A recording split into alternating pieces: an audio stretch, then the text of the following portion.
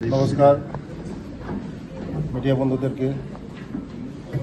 আজকে আমাদের tribal welfare department conference হলে জিবি মিটিং হচ্ছে।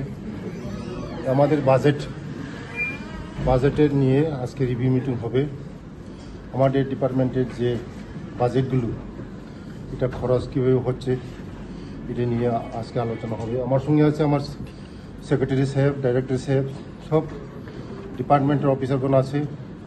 আগামী দিন আমাদের ট্রাইবাল ওয়েলফেয়ারকে আরও দ্রুততার সঙ্গে কাজ করার জন্য এই রিভিউ মিটিংটা হচ্ছে। আগামী দিন আমাদের জনজাতিদের জন্য নতুন নতুন স্কিম কীভাবে করা যায়, এটা নিয়ে চিন্তা ভাবনা করা হবে আজকে। ধন্যবাদ।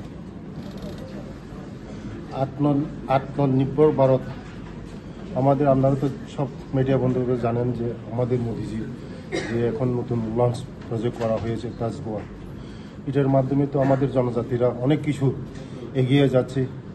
মেন আমাদের জনজাতিরা আগে শিক্ষা দীক্ষার এত জোর দেওয়া হতো না। আজকে আমাদের ডিপার্টমেন্ট শিক্ষার উপরে আমরা জোর দেওয়া হচ্ছে, কারণ যে জাতির শিক্ষার উন্নতি হয় সেই জাতির উন্নতি হয়।